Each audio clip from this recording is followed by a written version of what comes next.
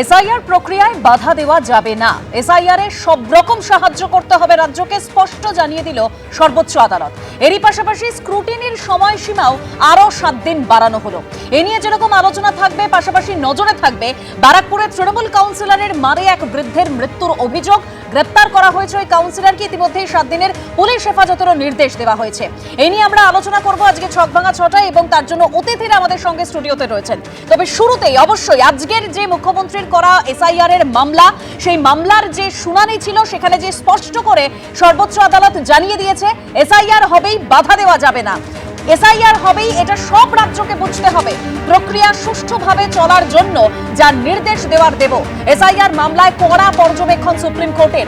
স্ক্রুটিনিতে আরো 7 দিন সময়সীমা বাড়ানো হলো, অর্থাৎ 14ই ফেব্রুয়ারি চূড়ান্ত তালিকা প্রকাশিত নয়। আর কি নির্দেশ দিল সুপ্রিম কোর্ট, আমি সরাসরি একবার জানবার চেষ্টা করবো। আমাদের প্রতিনিধি সৌভিক মজুমদার রয়েছেন। সৌভিক,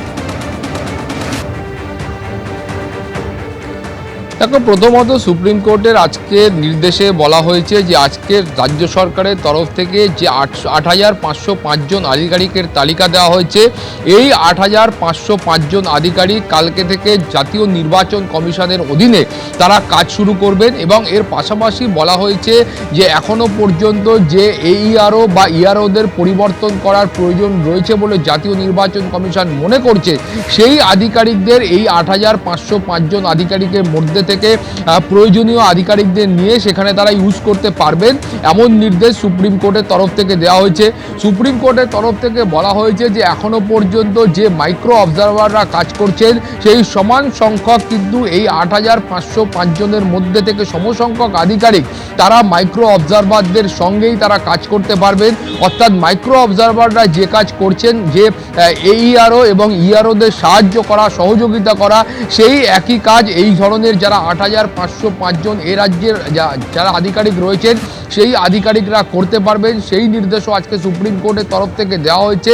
এর পাশাপাশি এ রাজ্যের ডিজিপিকে তাকে শোকজ করা হয়েছে, এবং কারণ হিসাবে বলা হয়েছে যে 19 জানুয়ারি সুপ্রিম কোর্টের তরফ থেকে এই মামলার ক্ষেত্রে যে নির্দেশ দেওয়া হয়েছিল এবং যে নির্দেশের মাধ্যমে বলা হয়েছিল যে এসআইআর প্রক্রিয়াকে সুষ্ঠুভাবে সম্পন্ন করতে হবে এবং আইন শৃঙ্খলা পরিস্থিতির দিকে নজর রাখতে হবে, সেটা যাতে কোনোভাবেই হাতের বাইরে না চলে যায় সেই বিষয়টা খেয়াল করতে হবে। ফলে সেই গোটা বিষয়টাতে সুপ্রিম কোর্ট নির্দেশ দেওয়ার পরেও এখনও কিন্তু জাতীয় নির্বাচন কমিশন বা একাধিক জায়গা থেকে এই অভিযোগ আসছে যে কোথাও কোথাও গণ্ডগোল হচ্ছে, এবং সেই গণ্ডগোলে এফআইআর পর্যন্ত করা হচ্ছে না। ফলে এই যে নির্দেশ ছিল, সেই নির্দেশ এবং অভিযোগের ভিত্তিতে ডিজিপিকে শোকজ করা হয়েছে। তাকে হলফনামা দিয়ে বলতে হবে যে এই গোটা প্রক্রিয়ার ক্ষেত্রে তার কি বক্তব্য রয়েছে। এবং তার পাশাপাশি তোমাকে বলবো যে এসআইআর এর যে সময়সীমা ছিল সেটাকেও আরও 1 সপ্তাহ বাড়ানো হয়েছে, অর্থাৎ 14ই ফেব্রুয়ারি থেকে আরও অন্তত পক্ষে 1 সপ্তাহ বাড়তি সময় দিতে হবে নির্বাচন কমিশনকে। সেই নির্দেশও আজকে সুপ্রিম কোর্টের তরফ থেকে দেওয়া হয়েছে। বেশ, ধন্যবাদ সৌভিক। আজকের এই যে শুনানি, যেখানে সুপ্রিম কোর্টের যে নির্দেশ, তা নিয়ে শুভেন্দু অধিকারী, বিরোধী দলনেতা, তার কি মন্তব্য শোনাবো এবার। যে মূল উদ্দেশ্য নিয়ে মমতা বন্দ্যোপাধ্যায়ের অভিযান, নাটক, ড্রামা, উনি চেষ্টা করেছেন এসআইআর বন্ধ করতে।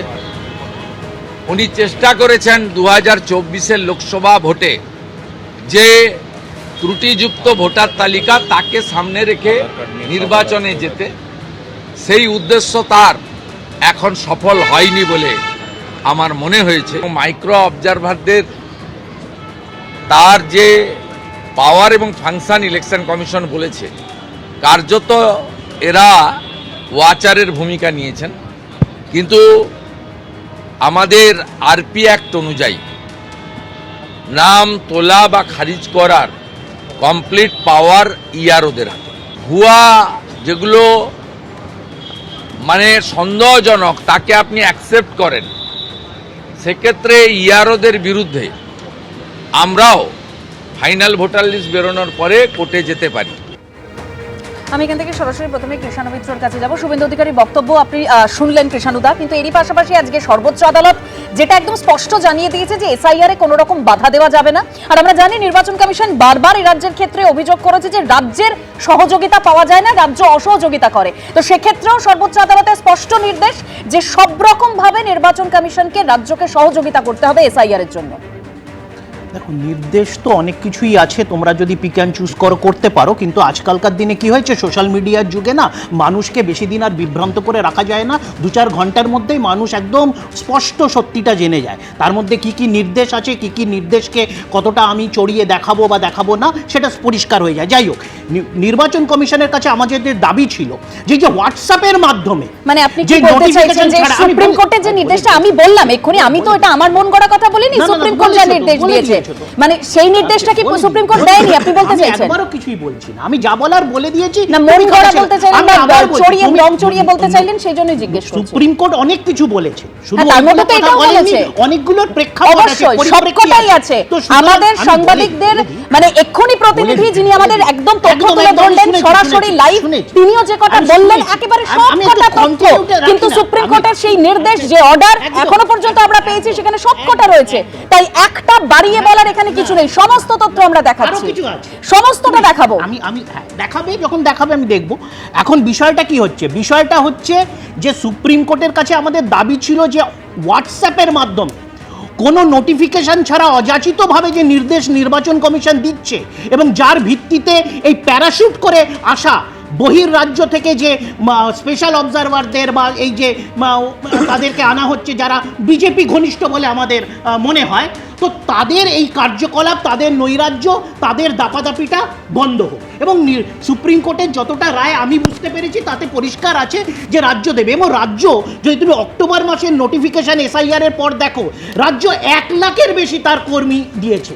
তুমি যদি দেখো যে আমরা BLO দিয়েছি 80,000-এর উপর রাজ্যের তরফ থেকে, আমরা ERO দিয়েছি 8,500-এর বেশি, এবং ERO দিয়েছি যতগুলো কেন্দ্র আছে 294টা দেওয়া হয়েছে। তারপরে নির্বাচন কমিশন কি করলো? নির্বাচন কমিশন বিজেপির দ্বারা প্রভাবিত হয়ে বিজেপির রাজনৈতিক এজেন্ডা বাস্তবায়িত হলে খামখেয়ালি সব নির্দেশ দিতে শুরু করলো। যখন আমরা দেখলাম 58 লক্ষ, কারা 58 লক্ষ? তাদের মধ্যে বেশ কিছু মানুষ মৃত, বেশ কিছু মানুষ স্থানান্তরিত, মাইগ্রেটেড, তো আমাদের তো কোনো আপত্তি নেই। এবার আমি একটা কথা বলি কৃষ্ণদা, প্রধান বিচারপতি, আমি একটু যোগ করি, আপনার কাছে আসবো, যোগ করব শুধু, যে প্রধান বিচারপতি আজকে মন্তব্য করেছেন যে 7 তারিখ আপনারা লিস্ট দিয়েছেন, অর্থাৎ এই যে 8,500 জন যে গ্রুপ বি অফিসার তাদের লিস্ট 7 তারিখ দিয়েছেন, এ তো 4-5 তারিখে দিতে পারতেন, এত দেরি করা কেন হলো? এটা প্রধান বিচারপতির মন্তব্য, আমার নয়। কিন্তু কোর্টে আসবে তখনই তো দেয়া হবে। আমি তো বললাম যে অক্টোবর মাসের নোটিফিকেশনের পর আমরা কি কি পুরো দিয়েছিলাম, জেলা ভারী এবং তাদের ডেজিগনেশন ওয়াইজ নির্বাচন কমিশনকে প্রোভাইড করা হয়েছিল। আমরা সোশ্যাল মাধ্যমে দলের তরফ থেকে এই নথি, এই তথ্য তুলেও ধরেছি। তো সুতরাং এবার নির্বাচন কমিশন অনেকগুলো মানছে, অনেকগুলো মানছে না, কি করছে? তাহলে নির্বাচন কমিশন এই শেষ রাতে গিয়ে 2 দিন আগে কেন বললো যে ডিএমএড দেওয়া সার্টিফিকেট, ডোমিসাইল সার্টিফিকেট এবার থেকে মান্যতা হবে? তার মানে আপনি অযাচিতভাবে এই 2-3 মাস ধরে মানুষের হয়রানি করলেন, মিথ্যাচার করলেন, সংবিধান বহির্ভূত বেআইনি কাজ করলেন, সেইগুলোকে তুলে তুলে ধরো যে এতদিন যে নির্বাচন কমিশন এই কাজটাই তো করছিল। সুপ্রিম কোর্ট 19 তারিখ গত মাসের কি নির্দেশ দিয়েছিল? একটাও মেনেছে? যে বলা হয়েছিল, আজকে তো আমাদের তরফ থেকে এটাও তুলে ধরা হয়েছে যে নির্বাচন কমিশন হোয়াটসঅ্যাপে নির্দেশ দিয়েছে যে এদেরকে ডাউটফুল ধরে নিতে হবে। তার মানে নির্বাচন কমিশন 19 তারিখ যে নির্দেশের কথা আপনি বলছেন তার মধ্যে এই নির্দেশটাও বা এই কথাটাও সুপ্রিম কোর্ট বলেছিল যে একেবারে রাজ্যকে কিন্তু আইন শৃঙ্খলাটা ঠিক রাখতে হবে, তার সমস্তটা দায়িত্ব নিতে হবে, তার জন্য ডিজিপি কে সমাজ করা হয়েছে। কিন্তু পুরো জিনিসটা বেশ আমি আবার আসবো এই জায়গা থেকে। তৃণমূল সাংসদ কল্যাণ বন্দ্যোপাধ্যায়, আইনজীবী কল্যাণ বন্দ্যোপাধ্যায় আজকে কি বললেন শুনুন একবার। এই যে 8,500 অফিসারের নাম, গ্রেড বি অফিসার্স, যে নাম আমরা দিয়েছিলাম, মানে রাজ্য সরকার দিয়েছিল, সেই 8,500 জন অফিসারকে মাইক্রো অবজারভার হিসেবে ব্যবহার করার জন্য কাল বিকেল 5টার মধ্যে সবাইকে EROর কাছে রিপোর্ট করতে হবে, এবং EROর কাছে রিপোর্ট করার পর ইলেকশন কমিশন তাদের যে ডিটেলস মানে দেবে বায়োডাটা, সেটা দেখে ডিসাইড করে নেবে কাদেরকে অ্যাপয়েন্টমেন্ট করবে কি করবে না। এই যে এন্টায়ার প্রসেসে ERO is the final authority to take decision. Decision only will be taken by the ERO, not by any other person. এবং আগে যে ডকুমেন্টগুলো বলেছিল যে 13টা ডকুমেন্ট প্লাস এলো অ্যাডমিট কার্ড, এই 14টা ডকুমেন্ট, এই 14টা ডকুমেন্টের মধ্যে একটা ডকুমেন্ট থাকলে সেই ডকুমেন্টকে অনুযায়ী তাদের নাম ক্লিয়ার করতে হবে। এই যে হিয়ারিংটা এখন আরও 7 দিন বাড়িয়ে দেওয়া হলো, যারা অবজেকশন দিয়েছে সেই অবজেকশনগুলোকেও গ্রহণ করতে হবে। আমি এখান থেকে কেয়াদির কাছে যাব। কেয়াদি, একেবারে মমতা বন্দ্যোপাধ্যায় ঠিক যে অভিযোগটা করেছিলেন, অর্থাৎ যে সওয়ালটা করেছিলেন আগের হিয়ারিং এ, যে বিজেপি শাসিত রাজ্য থেকে মাইক্রো অবজারভারদের নিয়ে আসা হচ্ছে এবং নাম বাদ দেওয়া হচ্ছে, আর আজকে আমরা কি দেখলাম, সুপ্রিম কোর্ট একেবারে স্পষ্টভাবে জানিয়ে দিয়েছে যে মাইক্রো অবজারভাররা কোনো রকম এসআইআর এর ক্ষেত্রে, তার নাম বাদ দেওয়ার ক্ষেত্রে কোনো রকম সিদ্ধান্তই নিতে পারবে না, যা সিদ্ধান্ত নেবে ইআরওরা। প্রথম কথা, আপনার প্রশ্নের উত্তরে বলি, মাইক্রো অবজারভারদের কখনোই এই এখতিয়ারটাই ছিল না। তৃণমূল কংগ্রেস তাদের হাতটাকে বাড়িয়ে চাড়িয়ে স্বাভাবিক রং মিশিয়ে দেখছেন। তৃণমূলের মুখপাত্র বললেন ন্যারেটিভ, ঠিকই বলেছেন উনি, ওনার গলার ফ্রাস্ট্রেশন বোঝা যাচ্ছে। আর আমার খুব অবাক লাগছে বা দুঃখ হচ্ছে খানিকটা, একজন যিনি ওই কালো কোট পরে এই সারা মিডিয়া সারা দেশকে দেখিয়ে তিনি গেছিলেন ভরং চরং করে সুপ্রিম কোর্টে, হাতে রইল কি এই পেন্সিল, পেলেন কি শূন্য। ওনারা গেছিলেন এসআইআর, পুরো এসআইআর প্রক্রিয়াটাকে বন্ধ করতে, আর সেখানে 82 শিক্ষার থাপ্পড়কে এই সরকার ফিরে এসছে। এদের তো বহুবার বহু ক্ষেত্রে থাপ্পড় খেয়েছে, ডিএ মামলায় থাপ্পড় খেয়েছে, বহু জায়গায় থাপ্পড় খেয়েছে, লজ্জা তো হয় না। আমাদের এখানে বক্তব্য হচ্ছে, এখানে পশ্চিমবঙ্গে এসআইআর প্রক্রিয়া হবে, যারা অযোগ্য ভোটার, যারা এই রাজ্যের ভোটার তালিকায় যাদের থাকার যোগ্যতা নেই, থাকবে না, তারা বাদ যাবে। ভারতীয় জনতা পার্টি আমরা প্রথম থেকেই বলে আসছি, নো এসআইআর নো ভোট। আচ্ছা, উনি বলছেন কি বহির রাজ্য থেকে, এদের একটা এখন 26-এ মনে পড়ে গেছে, 24-এ মনে পড়ে না, এই বহির রাজ্য থেকে এসছে। আচ্ছা, এই রাজ্যের যিনি মুখ্য নির্বাচনী অফিসার, তিনি তো এই রাজ্য সরকারেরই ক্যাডার, এটা তো অস্বীকার করতে পারেন কি তৃণমূল? পারে না। তো এখন মাইক্রো অবজারভারদের প্রয়োজন পড়তো না যদি এই রাজ্য সরকার সঠিক অফিসারগুলোকে দিত। আপনি যে প্রশ্নটা করলেন 4 তারিখে দেওয়ার কথা, কেন দেওয়া হয়নি? এই টালবাহানাটা কেন? এখন অবশেষে থাপ্পড়কে 5টার মধ্যে জমা দিতে হবে, অনেকগুলো নিয়ম করে দিয়েছে। আর আবার আরেকটা ইন্টারেস্টিং আমার মনে হয়, যে যারা ইআরও বা এইআরও যারা অনুপ্রাণিত হয়ে এই ভুয়ো ভোটারদের ভোটার তালিকায় ঢোকানোর কথা ভাবছেন, সেক্ষেত্রে কিন্তু আমাদের মাননীয় বিরোধী দলনেতা বক্তব্য তো দিয়েইছে, কিন্তু আজকে জাজমেন্টে যেটা দেখলাম যে তাদের বিরুদ্ধেও কিন্তু কঠোর। আমি এখান থেকে একটু সৈকত গিরির কাছে যাব। সৈকত, এটা তো বারবার তোমরাও অভিযোগ করেছো যে হয়রানি, মানুষের হয়রানি হচ্ছে, কারণ তড়িঘড়ি এসআইআর প্রক্রিয়া করা হচ্ছে। তার জন্য আজকে যে একদম নির্দেশ সুপ্রিম কোর্টের, যে স্ক্রুটিনির সময় আরো 7 দিন বাড়ানো হলো। একদম এসআইআর নিয়ে প্রথম এই রাজ্য থেকে মামলা করেন মুস্তারা বানু। আজকে মুস্তারা বানু, বিকাশ রঞ্জন ভট্টাচার্য সহ আমাদের সমস্ত আইনজীবীদের টিম আজকে সুপ্রিম কোর্টে উপস্থিত ছিলেন। পাবলিক ইন্টারেস্টের লিটিগেশনের মামলা, সেইটাকে কিছুদিন আগে যে মাননীয় মুখ্যমন্ত্রী পলিটিক্যাল ইন্টারেস্টের লিটিগেশনের মামলার মতন করে চিত্রনাট্য বানালেন, আজকে উনি কেন সুপ্রিম কোর্টে গেলেন না? আসলে এই রাজ্যে এসআইআর এর শেষ প্রান্তে এসে 7 তারিখে গিয়ে রাজ্য জমা দিচ্ছে, 14 তারিখে এসআইআর শেষ হওয়ার কথা, মানে এসআইআর করতে সব ব্যবস্থা করে দিলাম, তারপর মানুষের সামনে যাত্রাপালা অভিনয় করলাম। আমি বলছি, এই রাজ্যে আদপে তৃণমূল কংগ্রেস কি এসআইআর এ মানুষের হয়রানি বন্ধ করতে চায়, নাকি আজকে তৃণমূলের প্রতিনিধি যেভাবে এমপি আনন্দ সংবাদ মাধ্যমকে আক্রমণ করলেন, আসলে বিভ্রান্তি ছড়াচ্ছে তৃণমূল বিজেপি। আজকে সুপ্রিম কোর্টের রায়ে প্রমাণিত, বিজেপি যেমন মাইক্রো অবজারভার দিয়ে এই রাজ্যে সাধারণ মানুষের হেনস্থা করবার চেষ্টা করছিল, সেটা যেমন ধাক্কা খেয়েছে, তেমন তৃণমূল যে আবেদন করতে চাইছিল যে তৃণমূল তার অফিসারদের দিয়ে পুরো প্রক্রিয়াটাকে নিয়ন্ত্রণ করবে, মৃত ভোটারদের বাঁচাবে, সেইটাও পুরোপুরি ধাক্কা খেয়েছে। রাজ্যের মানুষের সাংবিধানিক অধিকার, এই অধিকার রক্ষা করতে মুস্তারা বানুরা একজন গরিব প্রান্তিক মহিলা, সংখ্যালঘু মহিলা, তিনি মুখ্যমন্ত্রী শুধুমাত্র সংবাদ মাধ্যমের অ্যাটেনশন ক্রিয়েট করবার জন্য। মানে আজকের এই যে সুপ্রিম কোর্টের নির্দেশ আমরা দেখতে পেলাম, একদম সেখানে কি বলবেন? কারণ কিছু নির্দেশ গেল একদম রাজ্যের পক্ষে, কিছু নির্দেশ একদম নির্বাচন কমিশনের পক্ষে। আদালতের প্রতি আস্থা যাতে প্রতিটি সাধারণ মানুষের থাকে, সেই কথা মনে করিয়ে দিয়ে আজকে সর্বোচ্চ আদালতের এই রায়। আজকে সুপ্রিম কোর্ট বলে দিয়েছে যে এসআইআর হবেই, সেটা সংবিধানের 324 নম্বর অনুচ্ছেদে নির্বাচন কমিশনকে ভোটাধিকার, যে ভোটের সংশোধন করার ভোটার তালিকার, সেটার অধিকার দেওয়া আছে। আর একটা কথা বলা হয়েছে যে সুষ্ঠুভাবে আইন শৃঙ্খলা বজায় রেখে রাজ্যকে সাহায্য করতে হবে। এই যে 8500 জনের যে তালিকা আজকে গ্রুপ বি দিলেন, তা সেটা তো অনেকদিন আগেই চেয়েছিলেন।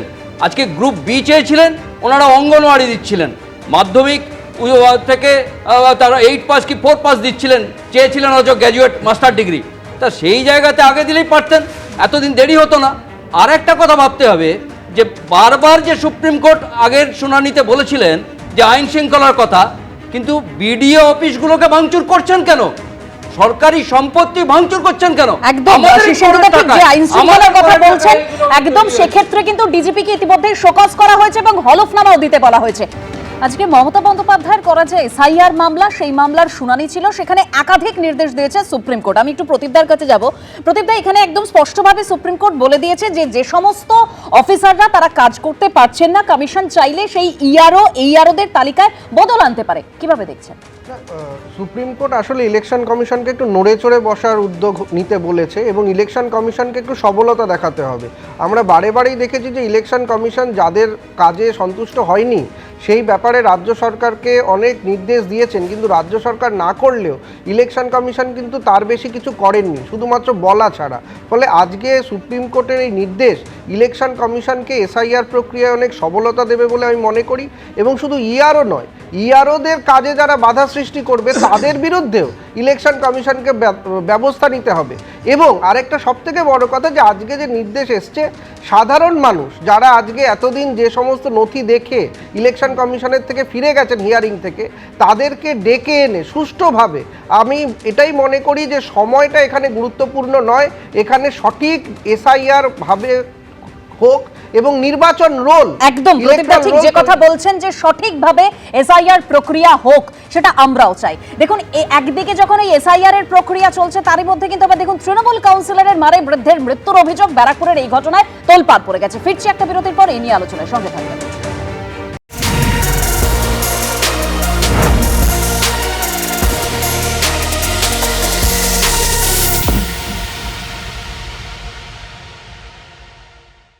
এবিপি আনন্দ, এগিয়ে থাকে, এগিয়ে রাখে।